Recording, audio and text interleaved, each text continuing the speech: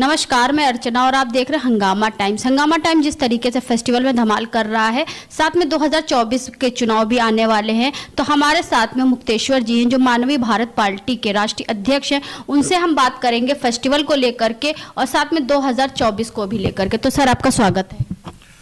धन्यवाद। हंगामा टाइम्स से अर्चना जी आई और कह रही हंगामा टाइम्स धमाल कर रहा है। कितना सटीक बैठ रहा है दीपावली के लिए। दीपावली हंगामा का त्योहार है, उत्साह का त्योहार है, उमंग का त्योहार है। और उसके 2 दिन पूर्व धनतेरस, लक्ष्मी के आगमन की उम्मीदों का त्योहार है। वस्तुतः हिंदू त्योहार आशावादिता से, उमंग से, उत्साह से, रंगों से भरे हैं। दीपावली उनमें से एक प्रमुख त्योहार है।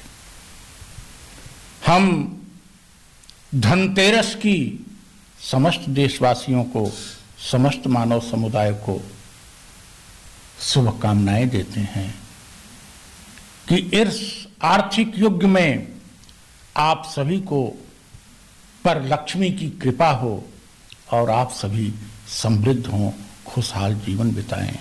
साथ साथ दीपावली की सबको शुभकामनाएं। समस्त मानव समुदाय प्रकाश की किरणों का रस ले, स्वयं को प्रकाशित करे, समाज को प्रकाशित करे और जैसे सूर्य पूरे पृथ्वी को प्रकाशित करता है, अपने सौरमंडल को प्रकाशित करता है, वैसे मानव हम सभी लोग जहाँ भी रहें उस स्थान को प्रकाशित करें। यही हमारी शुभकामनाएं हैं। और अंत में फिर एक बार धनतेरस की और दीपावली की सबको बहुत बहुत बधाई।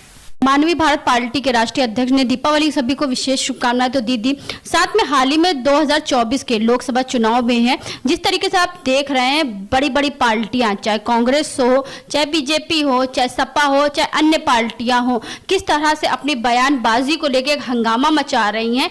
तो उस पर क्या कहेंगे राष्ट्रीय अध्यक्ष जी? तो वर्तमान राजनीतिज्ञों के बयान पर अगर मानवीय भारत पार्टी रोज प्रतिदिन प्रतिक्रिया व्यक्त करेगी तो इसका मतलब है मानवीय भारत पार्टी अपने रास्ते से भटक गई है। अगर इनके बयानों में मर्यादा होती, सच्चाई होती, ईमानदारी होती, जन कल्याण की भावना निहित होती, संवेदनशीलता होती, तो मानवीय भारत पार्टी आती ही क्यों? हम कमेंट करें मतलब आलोचना करें। अब नीतीश जैसे व्यक्ति का, शरद पवार जैसे व्यक्ति की हम क्या आलोचना करें? इनका पूरा जीवन आलोचनाओं से भरा है। अरे अभी महिलाओं पर अमर्यादित टिप्पणी दे दी तो बड़ा हंगामा हो गया। अरे जो आदमी बीजेपी के साथ लड़के राजद के साथ सरकार बनाता है, राजद के साथ लड़कर बीजेपी के साथ सरकार बनाता है, उसका क्या व्यक्तित्व होगा? ऐसे व्यक्ति पर ये माफियाओं से भी भ्रष्ट है। माफिया तो कम से कम कहते हैं कि हम माफिया हैं, ये माफियाओं से भी भ्रष्ट हैं। हम ऐसे लोगों पर बयान नहीं देते, हम अपनी राह चलते हैं। तभी तो कह रहे हैं राजनीतिक सुधार होना चाहिए, राजनीति में अच्छे लोगों को आना पड़ेगा, राजनीति से इन लोगों को भगा देना पड़ेगा और यह कार्य केवल जनता कर सकती है। हम जनता से करवा के दिखाएंगे। 2024 हमारी सीमा नहीं है। 2027 और 29 तक देखिएगा, हम इन सबको भगा देंगे। तो सर, जैसे आप देख रहे हो हाल ही में 112 की जो महिला जो कर्मी है धरने प्रदर्शन में बैठी हुई हैं और एक तरफ तो योगी सरकार हो या मोदी सरकार हो, जिसे बीजेपी सरकार कहते हैं, तो वो तो एकदम महिलाओं की तरफ बढ़ाने के लिए, महिलाओं को बढ़ाने के लिए कहती, वहीं पे इस तरह से जो महिलाएं धरना प्रदर्शन कर रही हैं अपने कार्य को लेकर के, अपनी नौकरी के लिए, तो उसके बारे में क्या कहेंगे आप? योगी के खिलाफ प्रदर्शन महिलाओं को एकजुट होकर योगी को उखाड़ फेंकना चाहिए। मोदी के खिलाफ प्रदर्शन, महिलाओं को मणिपुर में क्या घटना घटी, एकजुट होकर नरेंद्र मोदी, नीतीश कुमार, शरद पवार जैसे लोगों को उखाड़ फेंकना होगा। लेकिन एक चीज याद रखे, 3 महाभ्रष्टों को, 3 महानिकम्मों को हटाकर अन्य निकम्मों को नहीं लाना है। जिसने उत्तर प्रदेश को बर्बाद कर दिया 4 बार में, जिस पार्टी में ने, क्या उस पार्टी को लाना है? जनता को समझना पड़ेगा। अगर सब निकम्मे हो गए हैं तो आप आइए, हम जनता का आह्वान करते हैं, योगी को हटाकर जो लोग 3-3, 4-4 बार मुख्यमंत्री रह चुके हैं, सत्ता में रह चुके हैं, उनको लाने से आपका कोई फायदा नहीं है।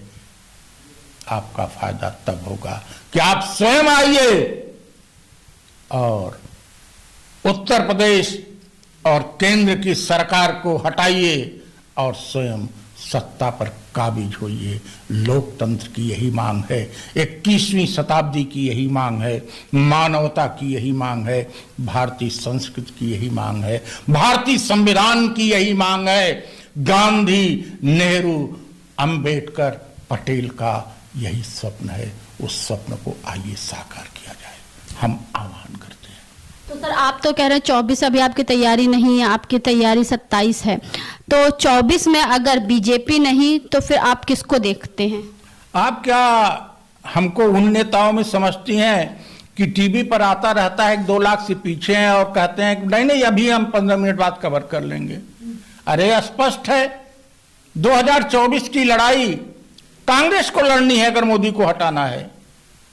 हम सकारात्मक ढंग से कार्य कर रहे हैं, हम आगे की अपनी फाउंडेशन बना रहे हैं। हम कहाँ हैं लड़ाई में? हम तो अपनी आधारशिला बना रहे हैं और इस आधारशिला में कुछ बीज अंकुरित होकर हमको सांसद भी दे सकते हैं। लेकिन यह जो बीज अंकुरित होगा यह प्रस्फुटित होगा 27 में और 29 में। तब हम पूछेंगे कांग्रेस से, बीजेपी से कि आइए आपसे हम लड़ते हैं, हम विकल्प हैं। अभी हम विकल्प नहीं हैं। राहुल गांधी से पूछिए कि मोदी को कैसे हटाएंगे, ये उनका काम है। अच्छा सर जी, तो ये बताइए सर जी, जिस तरीके से दिन प्रतिदिन जो है बेरोजगारी यूपी में बढ़ रही है, महिलाओं पे अत्याचार बढ़ रहा है, हर तरफ देखिए जाए, चाहे स्वास्थ्य हो, शिक्षा हो और चाहे आपका रोजगार हो, का जो है एक थर्मामीटर जो होता है वो दिन प्रतिदिन गिर रहा है। लेकिन सरकार जो कहती है नहीं, इसमें बहुत सुधार हुआ है। तो अगर आपकी सत्ता अगर आती है तो इन सब चीजों पे किस तरीके से नया प्लेटफॉर्म बनेगा और कार्य कैसे होगा? बहुत आगे की बात आप कर रही हैं। अगर हमारे मस्तिष्क में शिक्षा, स्वास्थ्य के लिए, बेरोजगारी के लिए, जन कल्याण के लिए, मानवता के लिए, महिलाओं, गरीबों के प्रति संवेदनशीलता न होती तो हम आगे बढ़ते ही न। देखते जाइए, हम शिक्षा के लिए, स्वास्थ्य के लिए, गरीबों, महिलाओं के लिए, बेरोजगारी के लिए क्या करते हैं। आप मैनिफेस्टो देखना चाहती हैं? हम मैनिफेस्टो देंगे, 27 में देंगे, 29 में देंगे, जवाब देंगे। जवाब से कुछ नहीं होगा, हम अपने आचरण से, अपने कार्य से करके दिखा देंगे। लेकिन एक दुख होता है कि जो सत्ताधारी हैं वो तो कुछ कर नहीं रहे हैं। आपने जिन प्रश्नों को किया वो उनमें वो फिसड्डी हैं, लेकिन जो लोग उनसे लड़ रहे हैं वास्तविक रूप से, उन्होंने क्या किया? शिक्षा को किसने बर्बाद किया? उत्तर प्रदेश की। स्वास्थ्य व्यवस्था को किसने बर्बाद किया? बेरोजगारी कैसे यहां तक पहुंची? महिलाओं के प्रति अत्याचार, महिलाओं के प्रति असंवेदनशीलता कैसे धीरे धीरे बढ़ती गई? सरकारी कर्मचारियों में, राजनीतिज्ञों में भ्रष्टाचार का एक दिन में बढ़ता गया। जो सत्ता में हैं वो भी उसके लिए जिम्मेदार हैं। जो आज उनके खिलाफ दावा करते हैं, खा रहे हैं, वो भी जिम्मेदार हैं। दोनों को हटाना पड़ेगा। जनता को हम ले आएंगे और जनता से ही अपनी नींव मजबूत कराएंगे और यह कार्य होगा। चल रहा है, हो रहा है।